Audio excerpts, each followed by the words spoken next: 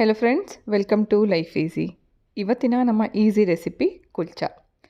So hotel ಅಥವಾ ಢಾಬಾಗಳಲ್ಲಿ ಸಿಗುವಂಥ ಬಟರ್ ಕುಲ್ಚಾ ನೀವೇನಾದ್ರು ತಿಂದಿದ್ರೆ ಅದಕ್ಕಿಂತಲೂ ತುಂಬ ಸುಲಭವಾಗಿ ಅಷ್ಟೇ ರುಚಿಯಾಗಿ ಮನೇಲೂ ಕೂಡ ನಾವು ಮಾಡ್ಕೋಬೋದು. ಆ ವಿಧಾನ ಇವತ್ತು ನೋಡ್ಕೊಂಬರೋಣ. ತುಂಬಾ ಮೃದುವಾಗಿ ತುಂಬ ಸಾಫ್ಟಾಗಿರುವಂಥ ಬಟರ್ ಕುಲ್ಚಾ ಅಥವಾ ಕುಲ್ಚಾ ರೆಸಿಪಿ. ಕುಲ್ಚಾ ಮಾಡೋದಕ್ಕೆ ಸುಮಾರು ನಾನಿಲ್ಲಿ 2 ಕಪ್ಪಷ್ಟು ಹಿಟ್ಟು ತೊಗೊಂಡಿದ್ದೀನಿ. ನಾನು 1 ಕಪ್ಪಷ್ಟು ಗೋಧಿ ಹಿಟ್ಟು, 1 ಕಪ್ಪಷ್ಟು ಮೈದಾ ಹಿಟ್ಟನ್ನು ಮಿಕ್ಸ್ ಮಾಡಿ ತೊಗೊಂಡಿದ್ದೀನಿ. ಕುಲ್ಚಾ ನಾವು ಬರೀ ಮೈದಾ ಹಿಟ್ಟಲ್ಲೂ ಮಾಡ್ಕೋಬೋದು, ಬರೀ ಗೋಧಿ ಹಿಟ್ಟಲ್ಲೂ ಮಾಡ್ಕೋಬೋದು, ಅಥವಾ ಈ ರೀತಿ ಎರಡನ್ನೂ ಮಿಕ್ಸ್ ಮಾಡಿ ಕೂಡ ಮಾಡ್ಕೋಬೋದು. 1 ಕಪ್ಪಷ್ಟು ಮೈದಾ ಹಿಟ್ಟು, 1 ಕಪ್ಪಷ್ಟು ಗೋಧಿ ಹಿಟ್ಟು ಎರಡನ್ನೂ ಸೇರಿಸ್ಕೊಂಡು ಮಿಕ್ಸ್ ಮಾಡ್ಕೊಂಡ ನಂತರ 1 ಟೀ ಸ್ಪೂನಷ್ಟು ಸಕ್ಕರೆ, 1 ಟೀ ಸ್ಪೂನಷ್ಟು ಉಪ್ಪು, 1 ಟೀ ಸ್ಪೂನಷ್ಟು ಬೇಕಿಂಗ್ ಪೌಡರ್, 1/4 ಟೀ ಸ್ಪೂನಷ್ಟು ಬೇಕಿಂಗ್ ಸೋಡಾ. ಸುಮಾರು ಜನಕ್ಕೆ ಬೇಕಿಂಗ್ ಪೌಡರ್, ಬೇಕಿಂಗ್ ಸೋಡಾ ಸಿಕ್ಕಿಲ್ಲ ಅಂತ ಹೇಳಿದ್ರೆ ಅಡುಗೆ ಸೋಡಾನ 1 ಟೀ ಸ್ಪೂನಷ್ಟು ಹಾಕ್ಕೋಬೋದು. ಸೊ ಇದ್ರ ಜೊತೆಗೆ ಸುಮಾರು ಒಂದು 2 ಟೀ ಸ್ಪೂನಷ್ಟು ಅಥವಾ 2ರಿಂದ 3 ಟೀ ಸ್ಪೂನಷ್ಟು ಎಣ್ಣೆ ಹಾಕಿ ಮಿಕ್ಸ್ ಮಾಡ್ಕೊಳ್ಳೋಣ. ಇದನ್ನೆಲ್ಲ ಚೆನ್ನಾಗಿ ಮಿಕ್ಸ್ ಮಾಡಿ ಕಲಸಿಟ್ಟು ಸುಮಾರು ಒಂದು 2 ಗಂಟೆ ಬಿಟ್ಟ ನಂತರ ನಾವು ಕುಲ್ಚಾ ಮಾಡ್ಕೋಬೋದು. ಈ ಕುಲ್ಚಾ ನಮಗೆ ಸಾಫ್ಟಾಗಿ ಬರಬೇಕು ಅಂದರೆ ನಾವು ಇದನ್ನು ಮೊಸರು ಅಥವಾ ಹಾಲು ಹಾಕ್ಕೊಂಡು ಕಲಿಸ್ಕೋಬೇಕು. ನಾನಿಲ್ಲಿ 1/4 ಕಪ್ಪಷ್ಟು ಮೊಸರು ಹಾಕಿದ್ದೀನಿ. ಇದ್ರ ಜೊತೆಗೆ ನಾವು ಹಾಲು ಹಾಕ್ಕೊಂಡು ಕೂಡ ಕಲಿಸ್ಕೋಬೋದು. ಇಲ್ಲ ಅಂತಂದರೆ ಸ್ವಲ್ಪನೇ ನೀರು ಹಾಕ್ಕೊಂಡು ನಾವು ಇದನ್ನು ಒಂದು ಚಪಾತಿ ಹಿಟ್ಟಿನ ಹದಕ್ಕೆ ಕಲಸಿ ರೆಡಿ ಮಾಡ್ಕೊಳ್ಳೋಣ. ಹಾಲು, ಮೊಸರು, ಸೋಡಾ ಮತ್ತು ಸಕ್ಕರೆ, ಬೇಕಿಂಗ್ ಪೌಡರ್ ಇದೆಲ್ಲ ಇರೋದ್ರಿಂದನೇ ನಮಗೆ ಕುಲ್ಚಾ ಚೆನ್ನಾಗಿ ಉಬ್ಬಿ ಬರುತ್ತೆ. ಜೊತೆಗೆ ಮೆತ್ತಗಿರುವಂಥ ಒಂದು ಬ್ರೆಡ್ ರೀತಿಯಲ್ಲಿ ನಾವು ಮನೆಯಲ್ಲೇ ಕುಲ್ಚಾ ಮಾಡ್ಕೋಬೋದು. ನೀರು ಹಾಕ್ಕೊಳ್ಳುವಾಗ ಸ್ವಲ್ಪನೇ ಹಾಕ್ಕೊಂಡು ಸುಮಾರಾಗಿ ನಮಗೆ ಒಂದು ಹದ ಹೆಂಗಿರಬೇಕು ಅಂದರೆ ಸ್ವಲ್ಪ ಗೋಧಿ ಹಿಟ್ಟು ನಾವು ಹೆಂಗೆ ಚಪಾತಿ ಕಲಿಸ್ತೀವಿ ಅದಕ್ಕಿಂತ ಸ್ವಲ್ಪ ಸಾಫ್ಟಾಗಿರೋ ಹಾಗೆ ಕಲಿಸ್ಕೋಬೇಕು.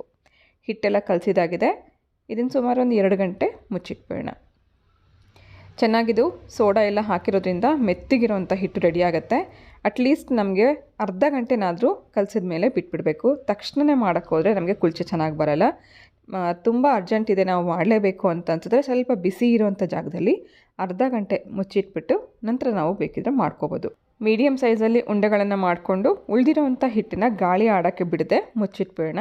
ಸೊ ಒಂದೊಂದಾಗಿ ನಾನು ಇದನ್ನು ಕುಲ್ಚಾ ಲಟ್ಟಿಸ್ಕೊತಾ ಹೋಗ್ತೀನಿ. ಮೊದಲನೇದಾಗಿ ಟ್ರಯಾಂಗಲ್ ಶೇಪಲ್ಲಿ ಕುಲ್ಚಾ ಲಟ್ಟಿಸ್ಕೊಳ್ಳೋಣ. ಅಗಲವಾಗಿರೋವಂಥ ಒಂದು ಚಪಾತಿ ಲಟ್ಟಿಸ್ಕೊಂಡು ಇದ್ರ ಒಳಗಡೆಗೆ ನಾವು ತುಪ್ಪ ಅಥವಾ ಬೆಣ್ಣೆನ ಲೈಟಾಗಿ ಸ್ವಲ್ಪ ಅಪ್ಲೈ ಮಾಡ್ಕೊಳ್ಳೋಣ. ಹಚ್ಕೊಂಡ ನಂತರ ನಾನು ಇದನ್ನು ಮತ್ತೆ ಫೋಲ್ಡ್ ಮಾಡಿ ಇದನ್ನು ಕಟ್ ಮಾಡಿಕೊಂಡ್ರೆ ಇದು ಟ್ರಯಾಂಗಲ್ ಶೇಪಲ್ಲಿ ಬರುವಂಥ ಕುಲ್ಚಾ ರೆಡಿ ಆಗುತ್ತೆ. ನಂತರ ನಾವು ಇದನ್ನು ಸೈಡ್ಸ್ನೆಲ್ಲ ಸೀಲ್ ಮಾಡ್ಕೊಳ್ಳೋಣ. ಇದ್ರ ಒಳಗಡೆ ನೀವು ಬೇಕಿದ್ರೆ ತುರಿದಿರೋವಂಥ ಪನ್ನೀರನ್ನ ಹಾಕ್ಕೊಂಡು ಕೂಡ ನೀವು ಪನ್ನೀರ್ ಕುಲ್ಚಾ ಮಾಡ್ಕೋಬೋದು. ಸೊ ಏನೂ ಇಲ್ಲ ಅಂತಂದರೆ ಒಳಗಡೆ ತುಪ್ಪ ಅಥವಾ ಬೆಣ್ಣೆ ಹಚ್ಚಿ ಈ ರೀತಿ ಎಲ್ಲ ಕಡೆಗೂ ಸೀಲ್ ಮಾಡಿ ನಂತರ ನಾವು ಮೇಲಿಂದ ಇದಕ್ಕೆ ಬೇಕಿದ್ರೆ ಕ್ಯಾರೆಟ್ ಅಥವಾ ಬೀಟ್ರೂಟ್ ಅಥವಾ ಕ್ಯಾಪ್ಸಿಕಮನ್ನು ಸಣ್ಣದಾಗಿ ಕಟ್ ಮಾಡಿ ಹಾಕ್ಕೋಬೋದು. ಅದರ ಮೇಲ್ಗಡೆ ಸ್ವಲ್ಪ ಕೊತ್ತಂಬರಿ ಸೊಪ್ಪು ಹಾಕಿದ್ದೀನಿ. ಅದರ ಮೇಲ್ಗಡೆ ಸ್ವಲ್ಪ ಬಿಳಿ ಎಳ್ಳು ಅಥವಾ ಕಪ್ಪು ಎಳ್ಳು ಹಾಕಿ ಲೈಟಾಗಿ ಅದರ ಮೇಲ್ಗಡೆಯಿಂದ ಪ್ರೆಸ್ ಮಾಡ್ಕೋಬೇಕು. ಆನಂತರ ಮತ್ತೆ ಇದನ್ನು ಉಲ್ಟಾ ಮಾಡಿಕೊಂಡು ಸ್ವಲ್ಪನೇ ಹಿಟ್ಟು ಹಾಕಿ ನಿಧಾನವಾಗಿ ನಾವು ಇದನ್ನು ಟ್ರಯಾಂಗಲ್ ಶೇಪಲ್ಲೇ ಲಟ್ಸ್ಕೊಳ್ಳೋಣ. ಇದು ನೋಡಲಿಕ್ಕೂ ಅಟ್ರಾಕ್ಟಿವ್ ಆಗಿರುತ್ತೆ, ಹಾಗೆ ತಿನ್ನಲಿಕ್ಕೂ ಕೂಡ ತುಂಬ ಚೆನ್ನಾಗಿರುತ್ತೆ. ಒಳಗಡೆ ನಾವೇನಾದರೂ ಸ್ಟಫಿಂಗ್ ಹಾಕಬೇಕು ಅಂತಂದರೆ ತುರಿದಿರುವಂಥದ್ದನ್ನು ಹಾಕ್ಕೊಂಡಾಗ ನಮಗೆ ಲಟ್ಸ್ಲಿಕ್ಕೂ ಈಸಿ ಆಗುತ್ತೆ. ಟ್ರಯಾಂಗಲ್ ಶೇಪಲ್ಲಿ ಈ ರೀತಿ ಲಟ್ಸ್ಕೊಂಡ ನಂತರ ನಾವು ಹಾಕಿರೋಂಥ ಕ್ಯಾರೆಟ್, ಕೊತ್ತಂಬರಿ ಹಾಗೆ ಎಳ್ಳು ಇದೆಲ್ಲ ನೀಟಾಗೋದಕ್ಕೆ ಅಂಟ್ಕೊಳ್ಳುತ್ತೆ. ನಿಧಾನವಾಗಿ ಚಿಕ್ಕದಾಗಿ ಇದನ್ನು ಲಟ್ಸ್ಕೊಂಡಾಗಿದೆ. ಈ ರೀತಿ ಸ್ವಲ್ಪ ದಪ್ಪಗೆಯೇ ಲಟ್ಸ್ಕೋಬೇಕು. ಹಾಗೆ ನಾವು ಕುಲ್ಚಾ ಮಾಡೋದಕ್ಕೆ ಮುಖ್ಯವಾಗಿ ಬೇಕಾಗಿರೋದೆ ಕಬ್ಬಿಣದ ಹೆಂಚು. ನಾನ್ ಸ್ಟಿಕ್ ಮೇಲೆ ನಮಗೆ ಮಾಡಲಿಕ್ಕೆ ಸಾಧ್ಯ ಆಗಲ್ಲ. ಹಾಗೆ ಕಬ್ಬಿಣದ ಹೆಂಚು ಮೇಲೆ ನಮಗೆ ಇದನ್ನು ಅಂಟಿಸ್ಬೇಕು ಅಂದರೆ ಹಿಂಭಾಗದಲ್ಲಿ ಲೈಟಾಗಿ ಇದಕ್ಕೆ ನೀರಿಂದ ಹಚ್ಕೋಬೇಕು, ಅಂದರೆ ಸ್ವಲ್ಪ ಒದ್ದೆ ಮಾಡ್ಕೋಬೇಕು. ಇದು ತಣ್ಣೀರನ್ನು ನಾನು ತೊಗೊಂಡಿದ್ದೀನಿ. ಮಾಮೂಲಿ ರೂಮ್ ಟೆಂಪ್ರೇಚರಲ್ಲಿರುವಂಥ ನೀರನ್ನು ಲೈಟಾಗಿ ಅದರ ಮೇಲೆ ಹಚ್ಚಿ ಯಾವ ಭಾಗದಲ್ಲಿ ನೀರು ಹಚ್ಚಿದ್ದೀವಿ ಆ ಕಡೆ ಹೆಂಚು ಮೇಲೆ ಬರೋ ಹಾಗೆ ಹಾಕ್ಕೋಬೇಕು. ನೀರು ಹಚ್ಚಿರೋದ್ರಿಂದನೇ ನಮಗೆ ಹೆಂಚು ಮೇಲೆ ಹಾಕ್ತಾ ಇದ್ದಂಗೆ ಅದಕ್ಕೆ ಅಂಟ್ಕೊಳ್ಳುತ್ತೆ. ನಾವು ಉಲ್ಟಾ ಮಾಡಿ ಮತ್ತು ಬೆಂಕಿ ಮೇಲೆ ಬೇಯಿಸುವಾಗ ಯಾವುದೇ ಕಾರಣಕ್ಕೂ ಅದು ಬಿದ್ದು ಹೋಗಲ್ಲ.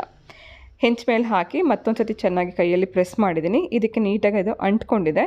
ಸ್ವಲ್ಪ ಇದ್ರ ಮೇಲ್ಗಡೆ ಬಬಲ್ಸ್ ಬರ್ತಾಯಿದೆ ಅಂತ ಗೊತ್ತಾದ ನಂತರ ನಾವು ತಿರುಗಿಸಿ ಬೆಂಕಿ ಮೇಲೆ ಡೈರೆಕ್ಟಾಗಿ ಇದನ್ನು ಸುಟ್ಕೊಳ್ಳೋಣ. ಹೋಟೆಲ್ ಅಥವಾ ಢಾಬಾಗಳಲ್ಲಿ ಇದಕ್ಕೆ ಅಂತಲೇ ಸಪ್ರೇಟಾಗಿ ರೋಟಿ ಮಾಡಲಿಕ್ಕೆ ಅಂತಲೇ ಒಲೆಗಳನ್ನು ಇಟ್ಕೊಂಡಿರ್ತಾರೆ, ತಂದೂರಿ ಒಲೆ ಅಂತ. ಆ ಒಲೆಯಲ್ಲಿ ಬೇಯಿಸಿದಾಗ 2 ಕಡೆಗೂ ಬೆಂಕಿ ತಾಗುತ್ತೆ, ಚೆನ್ನಾಗಿ 2 ಕಡೆಗೂ ಬೆಂದಿರುತ್ತೆ. ಮನೇಲಿ ಮಾಡ್ಕೋಬೇಕು ಅಂದರೆ ಈ ರೀತಿ ಕಬ್ಬಿಣದ ಹೆಂಚನ್ನು, ಹ್ಯಾಂಡಲ್ ಇರುವಂಥ ಕಬ್ಬಿಣದ ಹೆಂಚನ್ನು ಉಪಯೋಗಿಸ್ಕೊಂಡು ಮಾಡ್ಕೋಬೋದು. ಆದರೆ ಯಾವುದೇ ಕಾರಣಕ್ಕೂ ಹೆಂಚು ಮೇಲೆ ಒಂದೇ ಒಂದು ಡ್ರಾಪಷ್ಟು ಎಣ್ಣೆ ಇಲ್ದಿರೋ ಹಾಗೆ ನೋಡ್ಕೋಬೇಕು. ನೋಡಿ ಎಷ್ಟು ಚೆನ್ನಾಗಿ ಕುಲ್ಚಾ ನಾವು ಮನೆಯಲ್ಲೇ ಮಾಡ್ಕೊಂಡಿದ್ದೀವಿ ಅಂತ. ಹಿಂದೆಗಡೆ ಕೂಡ ಚೆನ್ನಾಗಿ ಬೆಂದು ರೆಡಿಯಾಗಿದೆ. ಹಾಗೆ ಮೇಲ್ಭಾಗದಲ್ಲಿ ನಾವು ಕೆಂಡದ ಮೇಲೆ ಸುಟ್ಟಾಗ, ಅಂದರೆ ಬೆಂಕಿ ಮೇಲೆ ಸುಟ್ಟಾಗ ಮೇಲ್ಭಾಗ ಕೂಡ ಚೆನ್ನಾಗಿ ಬೆಂದಿರುತ್ತೆ. ನೋಡಲಿಕ್ಕೂ ತುಂಬ ಚೆನ್ನಾಗಿ ಕಾಣಿಸ್ತಾ ಇದೆ. ಹಿಂದೆಗಡೆ ನಾನು ತೋರಿಸ್ತಾ ಇದ್ದೀನಿ, ನೋಡಿ ಎಷ್ಟು ಚೆನ್ನಾಗಿ ಬೆಂದಿದೆ ಅಂತ. ಬಿಸಿ ಇರುವಾಗಲೇ ಇದರ ಮೇಲೆ ಬೆಣ್ಣೆ ಹಚ್ಬಿಟ್ರೆ ಬಟರ್ ಕುಲ್ಚಾ ಅಂತ ಇದಕ್ಕೆ ಕರೀತಾರೆ. ಸೊ ಖಂಡಿತ ನೀವು ಇದನ್ನು ಟ್ರೈ ಮಾಡಿ. ತರಕಾರಿ ಬೇಡ ಅಂತಂದರೆ ಪ್ಲೈನಾಗಿ ಕೂಡ ಮಾಡಿಕೊಂಡು ಪ್ಲೈನ್ ಕುಲ್ಚಾ ಅಥವಾ ಬಟರ್ ಕುಲ್ಚಾ ನಾವು ಮಾಡ್ಕೋಬೋದು. ಹಾಗೆ ನಾನು ಇದನ್ನು ಟ್ರಯಾಂಗಲ್ ಶೇಪಲ್ಲಿ ಮಾಡೋದಲ್ಲದೆ ರೌಂಡಾಗಿ ಕೂಡ ಲಟ್ಸಿ ಇದೇ ರೀತಿ ಟ್ರೈ ಮಾಡಿದ್ದೀನಿ. ಸ್ವಲ್ಪ ದಪ್ಪಕ್ಕೆ ಲಟ್ಸ್ಕೊಂಡ್ರೆ ನಮಗಿನ್ನೂ ಚೆನ್ನಾಗಿ ಮೆತ್ತಿಗೆ ಸಾಫ್ಟಾಗಿರುತ್ತೆ, ತಿನ್ನಲಿಕ್ಕೂ ಚೆನ್ನಾಗಿರುತ್ತೆ. ತರಕಾರಿ ಬೇಡ ಅಂದರೆ ತರಕಾರಿ ಸ್ಕಿಪ್ ಮಾಡಿ ಪ್ಲೈನಾಗಿ ಕೂಡ ನೀವು ಇದೇ ರೀತಿ ಮಾಡ್ಕೋಬೋದು. ಇದ್ರ ಜೊತೆಗೆ ಯಾವುದೇ ದಾಲ್ ಅಥವಾ ಯಾವುದೇ ಗ್ರೇವಿ ಜೊತೆಗೆ, ನಾನ್ ವೆಜ್ ಗ್ರೇವಿ ಜೊತೆಗೆ ಈ ತಂದೂರಿ ಕುಲ್ಚನ ಸರ್ವ್ ಮಾಡ್ಬೋದು. ತುಂಬ ಚೆನ್ನಾಗಿರುತ್ತೆ. ಖಂಡಿತ ಇದೇ ರೀತಿ ನೀವು ಟ್ರೈ ಮಾಡಿ, ಮಾಡಿದ ಮೇಲೆ ಹೇಗಿತ್ತು ಅಂತ ಕಮೆಂಟ್ ಮಾಡಿ ತಿಳಿಸಿ. ವಿಡಿಯೋ ಇಷ್ಟ ಆಗಿದ್ರೆ ಪ್ಲೀಸ್ ಒಂದು ಲೈಕ್ ಮಾಡಿ. ಹೊಸಬ್ರು ಯಾರು ನೋಡ್ತಾ ಇದ್ದರೆ ಪ್ಲೀಸ್ ನನ್ನ ಚಾನಲನ್ನು ಸಬ್ಸ್ಕ್ರೈಬ್ ಮಾಡ್ಕೊಂಡು ನೋಡಿ.